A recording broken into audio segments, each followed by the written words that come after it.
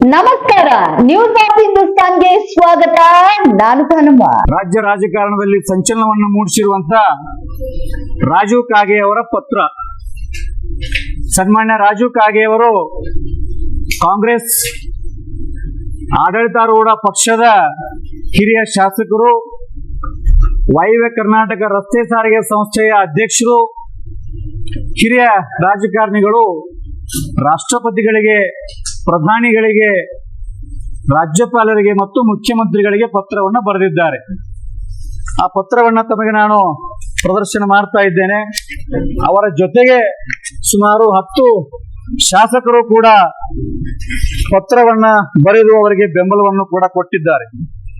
ನಿನ್ನೆಯ ದಿನ ನಾವು ನಮ್ಮ ಯುವ ರಾಜಕಾರಣಿಗಳು ಕಳೆದ ಅಧಿವೇಶನದಲ್ಲಿ ಬಹಳ ಖಡಕ್ಕಾಗಿ ಉತ್ತರ ಕರ್ನಾಟಕದ ಬಗ್ಗೆ ಧ್ವನಿಯನ್ನ ಎತ್ತಿ, ನಾನು ಯಾವುದೇ ರೀತಿಯ ಸೌಲಭ್ಯಗಳನ್ನ ತೆಗೆದುಕೊಳ್ಳೋದಿಲ್ಲ, ಊಟ, ವಸತಿ, ತಿಂಡಿ, ಚಹಾ, ಕಾಫಿ ಯಾವುದೇ ರೀತಿಯ ಖರ್ಚು ಕೂಡ ನಾನು ಸರ್ಕಾರದಿಂದ ಪಡೆಯದೆ ಸ್ವಂತ ಖರ್ಚಿನಲ್ಲಿ ನಾನು ಅಧಿವೇಶನದಲ್ಲಿ ಅತಿ ಹೆಚ್ಚು ಹಾಜರಾತಿಯೊಂದಿಗೆ ಭಾಗವಹಿಸಿ ಉತ್ತರ ಕರ್ನಾಟಕ ಭಾಗದ ಜ್ವಲಂತ ಸಮಸ್ಯೆಗಳ ಬಗ್ಗೆ ಧ್ವನಿಯನ್ನ ಎತ್ತನೆ ಅನ್ನುವಂತಹ ಶಪಥವನ್ನು ಮಾಡಿ ಇತ್ತೀಚೆಗೆ 3-4 ದಿನದಲ್ಲಿ ಸಭಾಧ್ಯಕ್ಷರಿಗೊಂದು ಪತ್ರವನ್ನು ಬರೆದಿದ್ದಾರೆ. ಅವರು ನಮ್ಮ ಯಾದಗಿರಿ ಜಿಲ್ಲೆಯ ಮುರುಮಠಕಲ್ ಮತಕ್ಷೇತ್ರದ ಶರಣಗೌಡ ಕಂದಕೂರ್ ಅವರು ಕೂಡ ಬಹಳ ಸ್ಪಷ್ಟವಾಗಿ ಹೇಳಿದ್ರು, ನಮ್ಮ ಉತ್ತರ ಕರ್ನಾಟಕ ಅಭಿವೃದ್ಧಿ ಆಗಬೇಕು, ನಾವು ಎಲ್ಲ ಕ್ಷೇತ್ರದಲ್ಲೂ ಕೂಡ ತಾರತಮ್ಯ, ಅನ್ಯಾಯ, ಮಲತಾಯಿ ಧೋರಣೆಯನ್ನು ಅನುಭವಿಸ್ತಾ ಇದ್ದೇವೆ, ಪ್ರತಿಯೊಂದಕ್ಕೂ ಹೋರಾಟವನ್ನು ಮಾಡುವಂತಹ ದುಸ್ಥಿತಿ ನಮಗಿದೆ, ರಾಜಕೀಯ ಪ್ರಾತಿನಿಧ್ಯ ಇಲ್ಲ, ಸಮಾನತೆ ಇಲ್ಲ, ನೀರಾವರಿ ಯೋಜನೆಗಳು ಪೂರ್ಣ ಆಗ್ತಾ ಇಲ್ಲ, ಎಲ್ಲ ಅಭಿವೃದ್ಧಿಗಳು ಕೇವಲ ಬೆಂಗಳೂರು ಮತ್ತು ಮೈಸೂರು ಕೇಂದ್ರಿತ ಅಭಿವೃದ್ಧಿಗಳಾಗ್ತಾ ಇರೋದ್ರಿಂದ ನಾವು ಬಹಳಷ್ಟು ರೋಷಿ ಹೋಗಿದ್ದೇವೆ ಅನ್ನುವಂತ ಮಾತನ್ನು ಕೂಡ ಅವರು ಹೇಳಿದರು. ಅದೇ ರೀತಿಯಾಗಿ ಕಲಬುರಗಿ ಜಿಲ್ಲೆಯ, ಯಾದಗಿರಿ ಜಿಲ್ಲೆಯ ಅನೇಕ ಜನಪ್ರತಿನಿಧಿಗಳು ಕೂಡ ರಾಜೀವ್ ಕಾಗೆ ಅವರ ಪತ್ರಕ್ಕೆ ಬೆಂಬಲವನ್ನು ಕೂಡ ಕೊಟ್ಟಿದ್ದಾರೆ. ಬೆಳಗಾವಿ ಜಿಲ್ಲೆಯ, ಯಾದಗಿರಿ ಜಿಲ್ಲೆ, ರಾಯಚೂರು, ಕಲಬುರಗಿ, ವಿಜಯಪುರ ಎಲ್ಲ ಉತ್ತರ ಕರ್ನಾಟಕ ಭಾಗದ ಏನು 15 ಜಿಲ್ಲೆಗಳು ತಮ್ಮ ಗಮನಕ್ಕಿರಲಿ. ಇದು ನಮ್ಮ ಕಲ್ಪನೆಯ ನಿಯೋಜಿತ ಉತ್ತರ ಕರ್ನಾಟಕದ ನಕ್ಷೆ. ಇಲ್ಲಿ 15 ಜಿಲ್ಲೆಗಳು, ಬೀದರ್ದಿಂದ ದಾವಣಗೆರೆವರೆಗೂ, ರಾಯಚೂರಿನಿಂದ ಬೆಳಗಾವಿಯವರೆಗೆ, ಬೀದರ್, ಕಲಬುರಗಿ, ಯಾದಗಿರಿ, ರಾಯಚೂರು, ಕೊಪ್ಪಳ, ಹಾವೇರಿ, ಗದಗ, ಧಾರವಾಡ, ಬೆಳಗಾವಿ, ಬಾಗಲಕೋಟೆ, ವಿಜಯಪುರ, ವಿಜಯನಗರ, ಹಾವೇರಿ, ಬಳ್ಳಾರಿ, ಗದಗ, ಈ ರೀತಿಯಾಗಿ 15 ಜಿಲ್ಲೆಗಳ ಪ್ರತ್ಯೇಕ ರಾಜ್ಯ ಆಗಬೇಕು ಅನ್ನೋಂಥದ್ದು ನಮ್ಮ ಹೋರಾಟ. ಅದು ಕಲ್ಯಾಣ ಕರ್ನಾಟಕ ಮತ್ತು ಕಿತ್ತೂರು ಕರ್ನಾಟಕವನ್ನು ಒಳಗೊಂಡಂತೆ 15 ಜಿಲ್ಲೆಗಳ ಪ್ರತ್ಯೇಕ ರಾಜ್ಯ ಆಗಬೇಕು. ಬಹುಶಃ ಕೆಲವರು ಅದನ್ನ ವಿಶ್ಲೇಷಣೆ ಮಾಡುವಾಗ ಈ ನಾಡನ್ನ ಒಡಿತಾ ಇದ್ದೀರಿ, ನಾಡದ್ರೋಹದ ಕೆಲಸ ಮಾಡ್ತಾ ಇದ್ದೀರಿ, ರಾಜ್ಯ ವಿಭಜನೆ ಸರಿಯಲ್ಲ ಅನ್ನುವಂತ ಒಂದು ಪ್ರಕ್ರಿಯೆಯನ್ನು ಕೂಡ ಕೆಲವರು ಮಾತನಾಡಿದರು ಚಿಂತಕರು. ಆ ಕಾರಣಕ್ಕಾಗಿ ನಾವು 2018ರಿಂದ ಇಲ್ಲಿಯವರೆಗೂ ಜನರಿಂದ ಅಭಿಪ್ರಾಯ ಸಂಗ್ರಹಣಾ ಅಭಿಯಾನವನ್ನ ಪ್ರಾರಂಭ ಮಾಡಿದ್ವಿ. ತಮಗೆ ನಾವು ಆಗಾಗಲೇ ಅದರ ವರದಿಯನ್ನು ಕೂಡ ಕೊಟ್ಟಿದ್ದೇವೆ. ತಮಗೆ ಗೊತ್ತಿರಲಿ, ಈ ರೀತಿಯ ಲಿಖಿತ ಅಭಿಪ್ರಾಯವನ್ನ ಬಹುಶಃ ಇದು ನಿನ್ನೆಯ ದಿನಾಂಕದವರೆಗೆ 19/11/2025 ಆದಂತಹ ವರದಿಯ ಪ್ರಕಾರ ಪ್ರತ್ಯೇಕ ರಾಜ್ಯ ಬೇಕು ಅನ್ನುವಂತ ಜನರು 1,40,423 ಜನರು ಪ್ರತ್ಯೇಕ ರಾಜ್ಯ ಬೇಕು ಅನ್ನುವಂತ ಅಭಿಪ್ರಾಯಕ್ಕೆ ಸಹಿಯನ್ನ ಸಂಗ್ರಹಣೆಯನ್ನ ಮಾಡಿದ್ದಾರೆ. ಅದೇ ರೀತಿಯಾಗಿ ನವೆಂಬರ್ 1, 2025ರಿಂದ ನಮ್ದೇನು ಜನಪ್ರತಿನಿಧಿಗಳಿಂದ ಸಹಿ ಸಂಗ್ರಹಣೆ ಹಾಗೂ ಪತ್ರ ಚಳವಳಿಗೆ ಈಗಾಗಲೇ ರಾಜೀವ್ ಕಾಗೆ ಅವರು ಚಾಲನೆಯನ್ನು ಕೊಟ್ಟಿದ್ದು ತಮಗೆ ಗೊತ್ತಿರಲಿ. ಕಳೆದ ವರ್ಷ ನಮ್ಮ ವಿಜಯಪುರದ ಸಂಸದರು ರಮೇಶ್ ಜಿಗಜಿಣಗಿ ಅವರು ಕೂಡ ರಾಜ್ಯಪಾಲರಿಗೆ ಒಂದು ಪತ್ರವನ್ನು ಕೂಡ ಬರೆದಿದ್ದಾರೆ. ಉತ್ತರ ಕರ್ನಾಟಕ ಸಮಗ್ರ ಅಭಿವೃದ್ಧಿಗಾಗಿ ಪ್ರತ್ಯೇಕ ರಾಜ್ಯ ಆಗಬೇಕು, ನಾವು ರಾಜ್ಯನ ವಿಭಜನೆ ಮಾಡ್ತಾ ಇಲ್ಲ, ಅನ್ಯಥಾ ಭಾವಿಸದೆ ನಾವು ಮತ್ತೊಂದು ಕನ್ನಡ ನಾಡನ್ನ, ವಿಶೇಷವಾಗಿ ಉತ್ತರ ಕರ್ನಾಟಕ ಬಸವನಾಡು, ಮತ್ತೊಂದು ಕನ್ನಡ ನಾಡನ್ನು ನಾವು ನಿರ್ಮಾಣ ಮಾಡ್ತಾ ಇದ್ದೇವೆ ಅನ್ನುವಂತ ಪರಿಕಲ್ಪನೆಯೊಂದಿಗೆ ನಾವು ಹೋರಾಟವನ್ನು ಮಾಡ್ತಾ ಇದ್ದೇವೆ. ಇದು ನಮ್ಮ ಸ್ವಾಭಿಮಾನಕ್ಕಾಗಿ, ನಮ್ಮ ಸಮಗ್ರ ಅಭಿವೃದ್ಧಿಗಾಗಿ, ಸ್ವಾವಲಂಬನೆಗಾಗಿ ಒಂದು ಪ್ರತ್ಯೇಕ ರಾಜ್ಯವನ್ನ ಕೇಳ್ತಾ ಇದ್ದೇವೆ. ಬಹುಶಃ ಅಂಬೇಡ್ಕರ್ ಅವರ ಪರಿಕಲ್ಪನೆ ಚಿಕ್ಕ ರಾಜ್ಯ ಚೊಕ್ಕ ಆಡಳಿತ ಅನ್ನುವಂಥದ್ದು. ಅದರ ಪೂರಕವಾಗಿ ಬಹುಶಃ ಕೇಂದ್ರ ಸರ್ಕಾರ ಇತ್ತೀಚೆಗೆ ಇನ್ನೂ ಅನೇಕ ರಾಜ್ಯಗಳನ್ನು ನಿರ್ಮಾಣ ಮಾಡುವಂತಹ ವಿಚಾರವನ್ನ ಅವರು ಪ್ರಸ್ತಾಪ ಮಾಡಿದ್ದಾರೆ. ನಮ್ಮ ಆಗ್ರಹ ಇಷ್ಟೇ, ನಮ್ಮ ಭಾಗದ ಯುವಕರಿಗೆ ಉದ್ಯೋಗಾವಕಾಶಗಳು ಸಿಗಬೇಕು. ಈ ಭಾಗದಲ್ಲಿ IT, BT ಬಹುರಾಷ್ಟ್ರೀಯ ಕಂಪನಿಗಳು ಸ್ಥಾಪನೆ ಆಗಬೇಕು. ಅದಕ್ಕೆ ಪೂರಕವಾದಂತಹ ನಮ್ಮ ವಾತಾವರಣ ಇದೆ, ಸಮತಟ್ಟಾದ ಭೂಮಿ ಇದೆ, ನೀರು, ವಿದ್ಯುತ್ ಅನ್ನು ಉತ್ಪಾದನೆ ಮಾಡುವುದು ನಾವೇ. ಹೀಗೆ ಎಲ್ಲ ಜಲ ಸಂಪನ್ಮೂಲ, ನೆಲ ಸಂಪನ್ಮೂಲ, ಮಾನವ ಸಂಪನ್ಮೂಲ, ಖನಿಜ ಸಂಪನ್ಮೂಲ, ವಿದ್ಯುತ್ತು ಎಲ್ಲವೂ ಸಂಪನ್ಮೂಲಗಳು ನಮ್ಮಲ್ಲಿ ಹೇರಳವಾಗಿ ಇರುವಾಗ ಇಚ್ಛಾಶಕ್ತಿಯ ಕೊರತೆಯಿಂದ, ರಾಜಕೀಯ ಪ್ರಾತಿನಿಧ್ಯದ ಕೊರತೆಯಿಂದ ನಾವು ಉತ್ತರ ಕರ್ನಾಟಕದವರು ಬಹಳಷ್ಟು ಕಷ್ಟ ನಷ್ಟವನ್ನು ಅನುಭವಿಸ್ತಾ ಇದ್ದೇವೆ. ಹೀಗಾಗಿ ಇವತ್ತು ನಾವು ಉತ್ತರ ಕರ್ನಾಟಕ ಪ್ರತ್ಯೇಕ ರಾಜ್ಯ ಆಗ್ಬೇಕು ಅನ್ನೋಂತ ಹೋರಾಟಕ್ಕೆ ವ್ಯಾಪಕವಾದ ಬೆಂಬಲವನ್ನ ಜನರು ನೀಡ್ತಾ ಇದ್ದಾರೆ, ಜನಪ್ರತಿನಿಧಿಗಳು ಕೂಡ ನೀಡ್ತಾ ಇದ್ದಾರೆ. ಅದಕ್ಕೆ ಇವೇ ಪತ್ರಗಳೇ ಸಾಕ್ಷಿ. ಮುಂಬರುವ ವಿಧಾನಸಭಾ ಚಳಿಗಾಲ ಅಧಿವೇಶನದಲ್ಲಿ ಬೆಳಗಾವಿಯ ಸುವರ್ಣ ವಿಧಾನಸೌಧದಲ್ಲಿ ಉತ್ತರ ಕರ್ನಾಟಕ ಭಾಗದ ಜ್ವಲಂತ ಸಮಸ್ಯೆಗಳ ಬಗ್ಗೆ ಚರ್ಚೆ ಆಗಬೇಕು, ಸೂಕ್ತ ತೀರ್ಮಾನಗಳಾಗಬೇಕು ಮತ್ತು ಆ ಎಲ್ಲ ಯೋಜನೆಗಳು ಅನುಷ್ಠಾನ ಆಗಬೇಕು ಅನ್ನುವಂಥದ್ದು ನಮ್ಮ ಹೋರಾಟದ ಹಿಂದಿನ ಉದ್ದೇಶ. ಹೀಗಾಗಿ ನಮ್ಮ ಸಂಗನಗೌಡ ಪಾಟೀಲರು ಬಹಳಷ್ಟು ಅಧ್ಯಯನಶೀಲರು. ಉತ್ತರ ಕರ್ನಾಟಕದ ಬಗ್ಗೆ ಅವರು ಬಹಳಷ್ಟು ಕಳಕಳಿಯಿಂದ ಕಳೆದ ಸಾರಿ ಗೋವಿಂದರಾವ್ ವರದಿಯ ಅಧಿಕಾರಿಗಳು ಬಂದಾಗ ನಾವು ತಾವೆಲ್ಲ ಮಾಧ್ಯಮದವರು ಇದ್ರಿ, ಅಲ್ಲಿ DC ಆಫೀಸ್ನಲ್ಲಿ ಜಿಲ್ಲಾ ಪಂಚಾಯತಿ ಸಭಾಭವನದಲ್ಲಿ ಅವರು ಅಭಿಪ್ರಾಯ ಸಂಗ್ರಹಣೆಗೆ ಬಂದಾಗ ನಾವು ಬಹಳ ಸ್ಪಷ್ಟವಾಗಿ ಹೇಳಿದೀವಿ, ಉತ್ತರ ಕರ್ನಾಟಕ ಪ್ರತ್ಯೇಕ ರಾಜ್ಯ ಆಗಬೇಕು ಅನ್ನುವಂಥ ವರದಿಯನ್ನ, ನಮ್ಮ ಅಭಿಪ್ರಾಯವನ್ನ ಸರ್ಕಾರಕ್ಕೆ ಮುಟ್ಟಿಸಿ ಅನ್ನುವಂಥ ವಿನಂತಿಯನ್ನ ಮಾಡ್ಕೊಂಡ್ವಿ. ತಮ್ಮ ಇಲಾಖೆಗೆ, ಕ್ಷೇತ್ರಕ್ಕೆ ಸಂಬಂಧಪಟ್ಟಂತ ಒಂದು ದೊಡ್ಡ ತಾರತಮ್ಯದ ಬಗ್ಗೆ ತಮ್ಮ ಗಮನಕ್ಕೆ ತರಲಿಕ್ಕೆ ಬಯಸ್ತೇನೆ. ತಾವು ಅನ್ಯತಾ ಭಾವಿಸಬಾರದು. ಮಾಧ್ಯಮ ಮಿತ್ರರು ತಾವು ನಮ್ಮ ಭಾಗದಲ್ಲಿ ಆಗಿರುವಂತಹ ಎಲ್ಲ ಹೋರಾಟಗಳನ್ನ, ಚಟುವಟಿಕೆಗಳನ್ನ ತಾವು ವರದಿ ಮಾಡಿರ್ತೀರಿ ಪ್ರಾಮಾಣಿಕವಾಗಿ. ಆದರೆ ಅವು ರಾಜ್ಯ ಮಟ್ಟದಲ್ಲಿ ಸುದ್ದಿ ಆಗೋದೇ ಇಲ್ಲ. ನಮ್ಮ ಭಾಗದವರು ಏನ್ ಕಳಿಸಿದ್ರು ಕೂಡ ಸುದ್ದಿ ಆಗೋದಿಲ್ಲ. ಬೆಂಗಳೂರು, ಮಂಗಳೂರು, ಮೈಸೂರಿನಾಗ ಒಂದು ಮಂಗ್ಯ ಸತ್ರ 3 ದಿನ ಸುದ್ದಿ ಮಾಡ್ತಾರೆ. ನಮ್ಮ ಭಾಗದ ರೈತರು, ನಮ್ಮ ಭಾಗದ ಕಾರ್ಮಿಕರು, ನಮ್ಮ ಭಾಗದ ಯುವಕರು ಎಷ್ಟೇ ಹೋರಾಟ ಮಾಡಿದ್ರು ಕೂಡ ಅದು ರಾಜ್ಯವ್ಯಾಪಿ ಸುದ್ದಿ ಆಗೋದೇ ಇಲ್ಲ. ಒಂದು ಉದಾಹರಣೆಯನ್ನ ಹೇಳೋದಾದ್ರೆ, ಇತ್ತೀಚೆಗೆ ನವೆಂಬರ್ 1ರಂದು ರಾಜ್ಯೋತ್ಸವ ಪ್ರಶಸ್ತಿಯನ್ನ ವಿತರಣೆ ಮಾಡಿದ್ರು. 71 ಜನರಿಗೆ ರಾಜ್ಯೋತ್ಸವ ಪ್ರಶಸ್ತಿಯನ್ನು ಕೊಟ್ಟರು. ತಾವು ಅದನ್ನ ಪಟ್ಟಿಯನ್ನ ಗಮನಿಸಿ ನೋಡ್ರಿ. ಮಾಧ್ಯಮ ಕ್ಷೇತ್ರದಲ್ಲಿ 4 ಪ್ರಶಸ್ತಿಗಳನ್ನ ಕೊಟ್ಟಾರ. ಆ 4 ಪ್ರಶಸ್ತಿಯಲ್ಲಿ ಉತ್ತರ ಕರ್ನಾಟಕದವರು ಯಾರೊಬ್ಬರು ಇಲ್ಲ. ಒಬ್ಬರು ಬೆಂಗಳೂರಿಗರು, ಒಬ್ಬರು ಮೈಸೂರಿಗರು, ಒಬ್ಬರು ಮಂಡ್ಯ, ಒಬ್ಬರು ದಕ್ಷಿಣ ಕನ್ನಡ ಜಿಲ್ಲೆಯವರು. ಅಂದ್ರೆ ಬಹುಶಃ ಉತ್ತರ ಕರ್ನಾಟಕದವರನ್ನ ಮಲತಾಯಿ ಮಕ್ಕಳ ಹಾಗೆ ನೋಡ್ತಾ ಇದ್ದಾರೆ ಅನ್ನುವಂಥದ್ದು ಸರ್ಕಾರ ಗಮನಿಸಬೇಕು. ಕರ್ನಾಟಕ ಏಕೀಕರಣಕ್ಕೆ ಹೋರಾಟ ಮಾಡಿದವರು ಉತ್ತರ ಕರ್ನಾಟಕದವರು. ಕರ್ನಾಟಕ ಕನ್ನಡ ಅನ್ನುವಂತಹ ಪರಿಕಲ್ಪನೆಯನ್ನೇ ಉಳಿಸಿ ಬೆಳೆಸಿದವರು ಉತ್ತರ ಕರ್ನಾಟಕದವರು. ಇವತ್ತು ದಕ್ಷಿಣ ಭಾಗದಲ್ಲಿ ಕೇವಲ ರಾಜರ ಹೆಸರು, ಮಹಾರಾಣಿಯರ ಹೆಸರಿನೊಳಗೆ ಶಿಕ್ಷಣ ಸಂಸ್ಥೆಗಳದಾವ. ಆದ್ರೆ ನಮ್ಮ ಭಾಗದಲ್ಲಿ ಕರ್ನಾಟಕ ವಿದ್ಯಾವರ್ಧಕ ಸಂಘ, ಕರ್ನಾಟಕ ಶಿಕ್ಷಣ ಸಂಸ್ಥೆ, ಕನ್ನಡ ವಿದ್ಯಾವರ್ಧಕ ಸಂಘ, ಕನ್ನಡ ಮತ್ತು ಕರ್ನಾಟಕದ ಹೆಸರಿನಲ್ಲೇ ಕೂಡ ನಾವು ಹೋರಾಟವನ್ನು ಮಾಡಿಕೊಂಡು, ಸಂಘಟನೆಗಳನ್ನು ಮಾಡಿಕೊಂಡು ಈ ನಾಡನ್ನ ಕಟ್ಟಿದವರು. ಇವತ್ತು ನಮಗೆ ಈ ರೀತಿ ತಾರತಮ್ಯ ಆಗ್ತಾ ಇದೆ. ಕರ್ನಾಟಕ ಏಕೀಕರಣಕ್ಕೆ ಹೋರಾಟ ಮಾಡಿದವರು ದುಷ್ಟ ದಕ್ಷಿಣ ಕರ್ನಾಟಕದವರು, ಇದು ಸ್ಪಷ್ಟವಾಗಿ ಉಲ್ಲೇಖ ಆಗಿದೆ. ಈ ರಾಜ್ಯಕ್ಕೆ ಕರ್ನಾಟಕ ಅಂತ ಹೆಸರಿಡ್ಲಿಕ್ಕೆ ಅವರು ಒಪ್ಪಲಿಲ್ಲ.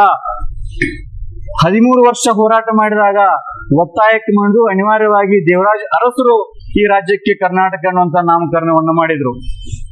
ಆವಾಗ ಈ ಜಿಲ್ಲೆ, ಈ ರಾಜ್ಯಕ್ಕೆ ಮಧ್ಯವರ್ತಿ ಸ್ಥಳ ದಾವಣಗೆರೆ ಆಗೋದ್ರಿಂದ ದಾವಣಗೆರೆ ರಾಜಧಾನಿ ಆಗ್ಲಿ ಅನ್ನುವಂತ ಎಲ್ಲರೂ ಒತ್ತಾಯ ಇತ್ತು.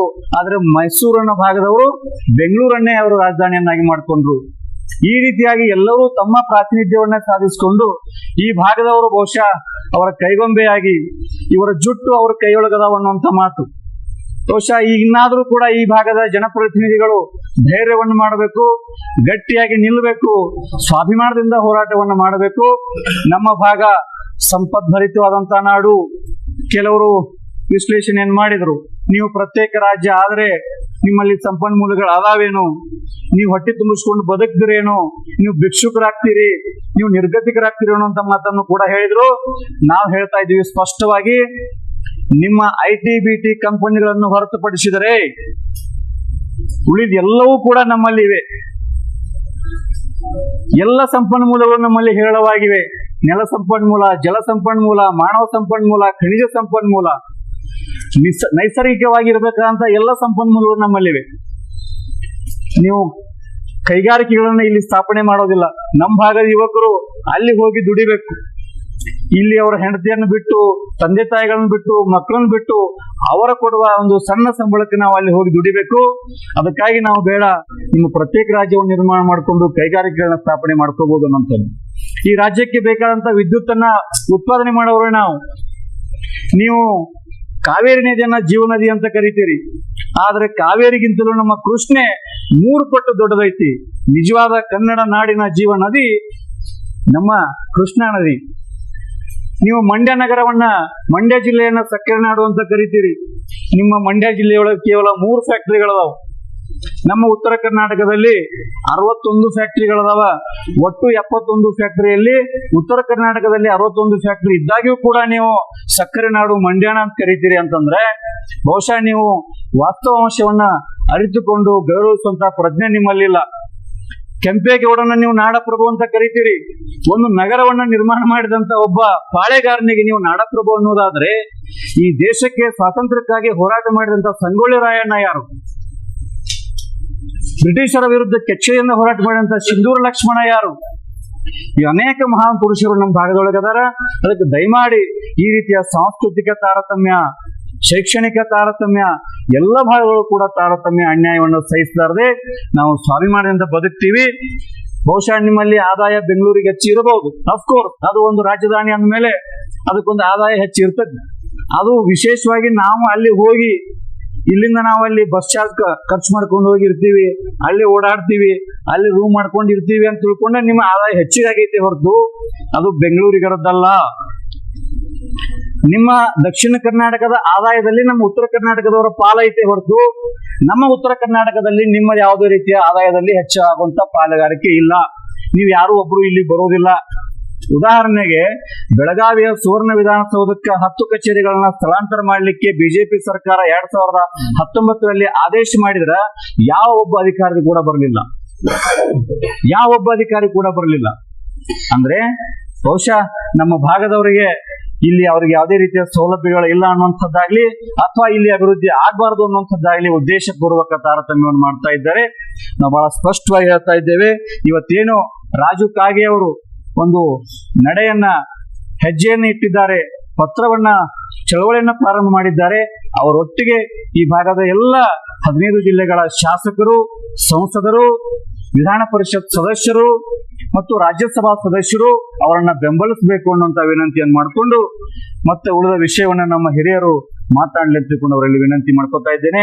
ಕಲ್ಪನೆಯನ್ನು ನಾನು ಕಳೆದ 16 ವರ್ಷದಿಂದ ಇದು ನನ್ನ ಮಿತ್ರರಲ್ಲಿ ಇದೊಂದು ಚರ್ಚೆ ಮಾಡ್ಕೊಂತಾನೆ ಇದ್ದೆ. ಅದಕ್ಕೆ ಕಾಲು ಕೂಡಿ ಬಂದಂತ ಒಂದು ಸನ್ನಿವೇಶ ಅಂದ್ರೆ, ಉಮೇಶ್ ಕತ್ತಿ ಅವರು ಮಾತಾಡ್ತಿದ್ರು. ಯಾವಾಗರೇ ಮಾತಾಡಿದ ಮ್ಯಾಗ ಅದು ಏನು ಕಾರಣಕ್ಕೂ ಅವರು ಮುಂದೆ ಅದನ್ನ ಉತ್ತರ ಕರ್ನಾಟಕ ಅನ್ನೋ ಶಬ್ದನೇ ಬಿಡ್ತಿದ್ರು. ಅದು ತಮಗೂ ಗೊತ್ತದ, ಅದು ಹಂಗಾಗಿರ್ಲಿಲ್ಲ. ಬಟ್ ಇವಾಗ ಮತ್ತೊಬ್ರು ಬೆಳಗಾವಿ ಭಾಗದ ನಾಯಕರಾದಂತ ರಾಜು ಕಾಗೆ ಅವರು ಉತ್ತರ ಕರ್ನಾಟಕದ ಕಲ್ಪನೆ ಯಾಕೆ ಬೇಕು ಅನ್ನೋದನ್ನ ನಾವು ಅವ್ರಿಗೆ ಮನದಟ್ಟು ಮಾಡಿಕೊಟ್ಟಿದ್ದೇವೆ. ಮತ್ತು ಅವರಲ್ಲಿ ಅದು ನಮ್ಮನ್ನು ನೆಗ್ಲೆಕ್ಟ್ ಮಾಡ್ಲಾಕತ್ತಾರ ಅನ್ನುವಂಥ ಭಾವನೆ ಬಂದ ಮ್ಯಾಗೆ ಅವರು ಇವತ್ತ ಉತ್ತರ ಕರ್ನಾಟಕದ ಕುರಿತು ರಾಜ್ಯಪಾಲರಿಗೆ, ರಾಷ್ಟ್ರಪತಿಗಳಿಗೆ, ಮುಖ್ಯಮಂತ್ರಿಗಳಿಗೆ ತಮ್ಮ ಪತ್ರವನ್ನು ಬರೆದಿದ್ದಾರೆ. ಆದ್ರೆ ಉತ್ತರ ಕರ್ನಾಟಕದ 15 ಜಿಲ್ಲೆಗಳು, ಈ ತಾನೇ ನನ್ನ ಮಿತ್ರರು ಹೇಳಿದ್ರು, 15 ಜಿಲ್ಲೆಗಳು ಗುಲ್ಬರ್ಗ ಮತ್ತು ಬೆಳಗಾವ್ ವಿಭಾಗಕ್ಕೆ ಸಂಬಂಧಪಟ್ಟ ಕರ್ನಾಟಕ. ಉತ್ತರ ಕರ್ನಾಟಕ ಅಂದ್ರೆ ಕಿತ್ತೂರು ಕರ್ನಾಟಕ, ಕಲ್ಯಾಣ ಕರ್ನಾಟಕ. ಈ 2 ಕರ್ನಾಟಕಗಳನ್ನು ಒಂದುಗೂಡಿಸಿದಾಗ ನಮ್ಮಲ್ಲಿ ಸಿಗಬೇಕಾದಂತಹ ಸಂಪನ್ಮೂಲಗಳು, ನಮ್ಮಲ್ಲಿ ಹ್ಯೂಮನ್ ರಿಸೋರ್ಸಸ್ ಜಾಸ್ತಿ ಇದೆ. ಈ ಬೆಂಗಳೂರದವರು IT-BT ಏನೋ ಮಾಡ್ಕೊಂಡಿರೋದ್ರಲ್ಲಿ ಇನ್ಫ್ರಾಸ್ಟ್ರಕ್ಚರ್ ಕೊಟ್ಟಿರಿ, ನಿಮ್ಮಲ್ಲಿ ಔದ್ಯಮಿಕ ವಿಕಾಸ ಆಗ್ತದೆ. ಆದ್ರೆ ನಮ್ಮಲ್ಲಿ ನೀವು ಇನ್ಫ್ರಾಸ್ಟ್ರಕ್ಚರೇ ಕೊಡ್ತಾ ಇಲ್ಲ. ಒಂದು ಆಲ್ಮಟ್ಟಿ ಕಟ್ಟಬೇಕಾದ್ರೆ ನಿಮ್ಗೆ 69 ವರ್ಷ ಹೋದ್ರು ಇವತ್ತಿನ ತಕ್ಕ ಮಾಡ್ತಾ ಇಲ್ಲ. ಕಾವೇರಿ ಇರೋದು 10,000 ಹೆಕ್ಟರ್, ನಮ್ದಿದ್ದು 40,000 ಹೆಕ್ಟರ್. ನಮ್ಗೆ ಆಲ್ಮಟ್ಟಿ ಇವತ್ತಿಗೆ 30 ವರ್ಷದಿಂದ ಆಗಿತ್ತಪ್ಪ ನಾವು ಅವ್ರನ್ನ ಹಿಂದೆ ಹಾಕಿ ಮುಂದೆ ಹೋಗ್ತಿದ್ವು. ಆಲ್ಮಟ್ಟಿಗೆ ನೀವು ಅನುದಾನ ಕೊಡಂಗಿಲ್ಲ, ಅದು ಏನಾಗಿದೆ ಬ್ರೆಡ್ ಅರ್ನಿಂಗ್ ಆಗಿದೆ. ಬೆಂಗಳೂರು ಜನ ಏನದ ನಮ್ಮ ಆಲ್ಮಟ್ಟಿ ಹೆಸರಿನಾಗ ಇವತ್ತು ಏನಾದ್ರೂ ಬೆಂಗಳೂರು ನಿರ್ಮಾಣ ಆಗಿದೆ ಅಂದ್ರೆ ನಮ್ಮ ಆಲ್ಮಟ್ಟಿ ದುಡ್ಡಿನಿಂದಾಗಿದೆ. ಅದನ್ನ ನಾವು ಹೋಗಲಾಡಿಸ್ಬೇಕಂದ್ರೆ ನಾವು ಉತ್ತರ ಕರ್ನಾಟಕದ ಜನ ನಾವು ಈಗ ನಮ್ಮನ್ನು ನಾವು ಎಚ್ಚೆತ್ತುಕೊಳ್ಳುವಂತ ಪರಿಸ್ಥಿತಿ ಬಂದಿದೆ. ಯಾಕಂದ್ರೆ ಇದು ಕರ್ನಾಟಕ ಏಕೀಕರಣ ಆಂಧ್ರದೊಳಗ ರಾಮುಲು ಅನ್ನೋರು 1953ರಲ್ಲಿ ಭಾಷಾವಾರು ಪ್ರಾಂತ್ಯ ರಚನೆ ಕುರಿತು ಅವರು ಹೋರಾಟ ಮಾಡಿ ಆ ಹೋರಾಟದಲ್ಲಿ ಅವರು ತಮ್ಮ ಪ್ರಾಣ ತ್ಯಾಗವನ್ನು ಮಾಡಿದರು. ಅವಾಗಿನಿಂದ ಸ್ಟಾರ್ಟ್ ಆಯ್ತು ಭಾಷಾವಾರು ಪ್ರಾಂತ್ಯ ರಚನೆ ಆಗ್ಬೇಕು. ಅದು ಕರ್ನಾಟಕಕ್ಕೂ ಮುಂದುವರೆದು ಬಂದಾಗ ಕರ್ನಾಟಕದಲ್ಲಿ ಆಲೂರು ವೆಂಕಟರಾಯರು ಅವರು ಬಿಜಾಪುರದವ್ರೆ.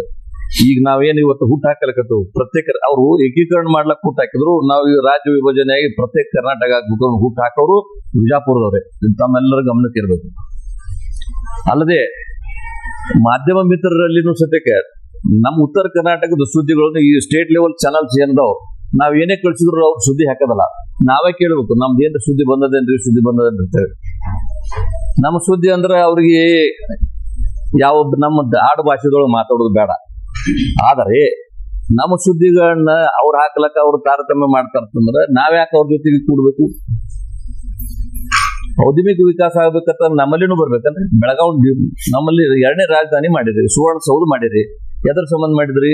ಆಡಳಿತ ವಿಕೇಂದ್ರೀಕರಣ ಆಗ್ಬೇಕು. ಆಡಳಿತ ವಿಕೇಂದ್ರೀಕರಣ ಎಲ್ಲಿ ಆಗಿದೆ? ಎಲ್ಲಾನು ಬೆಂಗಳೂರಿಗೆ ಬಾತಾರ. ಪ್ರತಿ ದಿವಸ 15 ಜಿಲ್ಲೆದಿಂದ ನಮ್ಮಲ್ಲಿ ಹೋಗುದು ಜನ ಅಂದ್ರೆ ಮಿನಿಮಮ್ 50,000 to 60,000 ಜನ ಬೈ ಬಸ್ ಹೋಗ್ತಾರ, 50,000 ಜನ ಬೈ ಟ್ರೈನ್ ಹೋಗ್ತಾರ. ಒಬ್ಬನಿಗೆ ಮಿನಿಮಮ್ 5,000 ರೂಪಾಯಿ ಬೆಂಗಳೂರಿಗೆ ಹೋದ್ರೆ ಖರ್ಚಿದೆ. 5,000 ಮ್ಯಾಗ ನಿಮ್ಗೆ ಬೆಂಗಳೂರು ಹೋಟೆಲ್ ಉದ್ಯಮ ನಡೀತಾವ, ಲಾಜಿಂಗ್ ನಡೀತಾವ, ಕಾರ್ಮಿಕರು ನಡೀತಾರ. ಇವೆಲ್ಲ ನಮ್ಮ ಉದ್ಯಮದಿಂದ ಪ್ರತಿ ದಿವಸ ಬೆಂಗಳೂರದವ್ರಿಗೆ 50 ರಿಂದ 60 ಕೋಟಿ ರೂಪಾಯಿ ನಮ್ಮ ಉತ್ತರ ಕರ್ನಾಟಕದಿಂದ ಆದಾಯ ಬರ್ತದೆ. ನೀವು ನಮ್ಮನ್ನ ನೀವೇನು ಆಳಲಕತ್ತೀರಿ? ಎಲ್ಲ ಇಂಡಸ್ಟ್ರಿ ಮೈಸೂರು, ಬೆಂಗಳೂರು, ರಾಮನಗರ, ಕೊಳ್ಳೇಗಾಲ, ಚಳ್ಳೆಗಾಲ ಎಲ್ಲ ಅಲ್ಲೇ ಮಾಡ್ಕೊಂಡಾಗ ನಾವ್ ಯಾಕೆ ನಮ್ ಕಡೆ ಮಾಡಬಾರ್ದು ಅನ್ನೋದು ಪರಿಕಲ್ಪನೆ ನಮ್ಮ ರಾಜಕೀಯ ನಾಯಕರು, ಈ ಭಾಗದಿಂದ ಆರಿಸಿ ಹೋದಂತ ಪ್ರತಿನಿಧಿಗಳು ಇವರು ವಿಚಾರ ಮಾಡ್ಬೇಕಾಗಿತ್ತಲ್ಲ. ಇವರಿಂದ ಯಾವುದೋ ಪಕ್ಷದ ಬ್ಯಾನರ್ ಕೆಳಗೆ ಆರಿಸಿ ಬಂದೇವ್ ತಿಳ್ಕೊಂಡು ಪಕ್ಷಕ್ಕೆ ನಿಷ್ಠೆ ತೋರೋದ್ರ ಸಂಬಂಧ ಜನತೆಯನ್ನ ತಿರಸ್ಕಾರ ಮಾಡ್ತಾ ಇದ್ದಾರೆ. ಜನರ ತಿರಸ್ಕಾರ ಮಾಡೋದ್ರಿಂದ ಜನ ಏನು ಅಸಹಾಯಕ್ಕಾಗಿದೆ. ಪರ್ಯಾಯ ವ್ಯವಸ್ಥೆ ಇಲ್ಲ. ಒಂದು ಕಾಂಗ್ರೆಸ್ಗೆ ಹಾಕಬೇಕು, ಒಂದು ಬಿಜೆಪಿಗೆ ಹಾಕಬೇಕು, ಒಂದು JDS ಹಾಕಬೇಕು. ಆದ್ರೆ ಈ ಪಕ್ಷನಾಗಿದ್ದವರೆಲ್ಲ ನಮ್ಮ ಪ್ರತಿನಿಧಿಗಳಿದಾರೆ. ಈ ಪ್ರತಿನಿಧಿಗಳು ತಾವೇ ಒಂದು ಕೂಡಿ ನಾವು ಈ ಭಾಗಕ್ಕೆ ನ್ಯಾಯ ಕೊಡಿಸ್ಬೇಕಾದ್ರೆ ನಾವು ಉತ್ತರ ಕರ್ನಾಟಕದೊಳಗೆ ಬೆಳಗಾವಿ ಸುವರ್ಣಸೌಧ ಮಾಡಿದಪ್ಪ. ಬಜೆಟ್ದೊಳಗೆ ನಮಗೂ ಅನುದಾನದೊಳಗೆ ನಮ್ಗೆ ಅರ್ಧ ಬರಬೇಕು, ಅಭಿವೃದ್ಧಿ ಕುರಿತು ನಮಗೂ ಅರ್ಧ ಕೊಡಬೇಕು ಅನ್ನುವಂಥ ಭಾವನೆ ಇಲ್ಲ. ಆದ್ರೆ 2050 ರಾಜ್ಯಗಳು ಪುನರ್ ವಿಂಗಡಣೆ ಆಗುವಂತ ಒಂದು ಸನ್ನಿವೇಶ ಮಾತು ಬರ್ತದೆ. Delimitation of the all States. ಆ ವೇಳೆನಾಗ ನಾವು ಮತ್ತೊಂದು ರಾಜ್ಯ ಆಗ್ತದೆ. ಬಿಜಾಪುರ, ಬಾಗಲಕೋಟ್, ಕಾರವಾರ, ಬೆಳಗಾವಿ, ಲಾತೂರ್, ಸೋಲಾಪುರ್, ಕೋಲ್ಹಾಪುರ್ ಎಲ್ಲ ಕೂಡ ಮತ್ತೊಂದು ರಾಜ್ಯ ಆಗ್ತದೆ. ಆದ್ರೆ ಅಲ್ಲಿ ತನಕ ಈಗಾಗಲೇ ನಾವು ಈ ಕಳೆದ 20 ವರ್ಷದಿಂದ ನಾವೇನು ಹೋರಾಟ ಮಾಡ್ತಾ ಇದ್ದೆವು, ಇದ್ರ ಪ್ರತಿಫಲ ಅಂದ ನಮ್ಗಂತೂ ಏನೂ ದಕ್ಕಿಲ್ಲ. ನಮ್ಮ ಪ್ರತಿನಿಧಿಗಳು ಮಾತಾಡಿಲ್ಲ. ಈಗ ನಮ್ಮ ಇವರು ಮಿತ್ರರು ಎಲ್ಲಾ ಶಾಸಕರು ಭೇಟಿಯಾಗಿ ಅವ್ರ ಕಡೆದ ಅವ್ರವ್ರ ಬೆಂಬಲದ ಪತ್ರಗಳನ್ನು ತಗೊಂಡ್ಬಂದಾರ ತಿಳ್ಕೊಂಡು ನಮಗೂ ಒಂದು ಧೈರ್ಯ ಬಂದಿದೆ. ಅಲ್ಲದೆ 1,49,00,000 ಜನ ಸಹಿ ಸಂಗ್ರಹಣೆ ಮುಖಾಂತರ ತಮ್ಮ ಬೆಂಬಲ ವ್ಯಕ್ತ ಮಾಡ್ಯಾರ. ಇವತ್ತು 7 ಕೋಟಿ ಇದ್ದಾಗಿನ ಜನಸಂಖ್ಯೆ ಆಧಾರದ ಮೇಲೆ ನಾವು ಕರ್ನಾಟಕ ಏಕೀಕರಣ ಮಾಡಿದ್ವಿ. 2 ಕೋಟಿ ಜನಸಂಖ್ಯೆ ಇದ್ದೊಳನೆ ಭಾಷಾ ಪ್ರಾಂತ ರಚನೆ ಆದಾಗ ಅಲ್ಲೆಲ್ಲೆಲ್ಲೆಲ್ಲ ಬಳ್ಳಾರಿ, ಆಂಧ್ರದ ಮೂಲ, ಮಹಾರಾಷ್ಟ್ರದವರು ಎಲ್ಲರನ್ನು ತಗೊಂಡು ಇಲ್ಲೊಂದು ಕರ್ನಾಟಕ ಏಕೀಕರಣ ಮಾಡಿದ್ರು.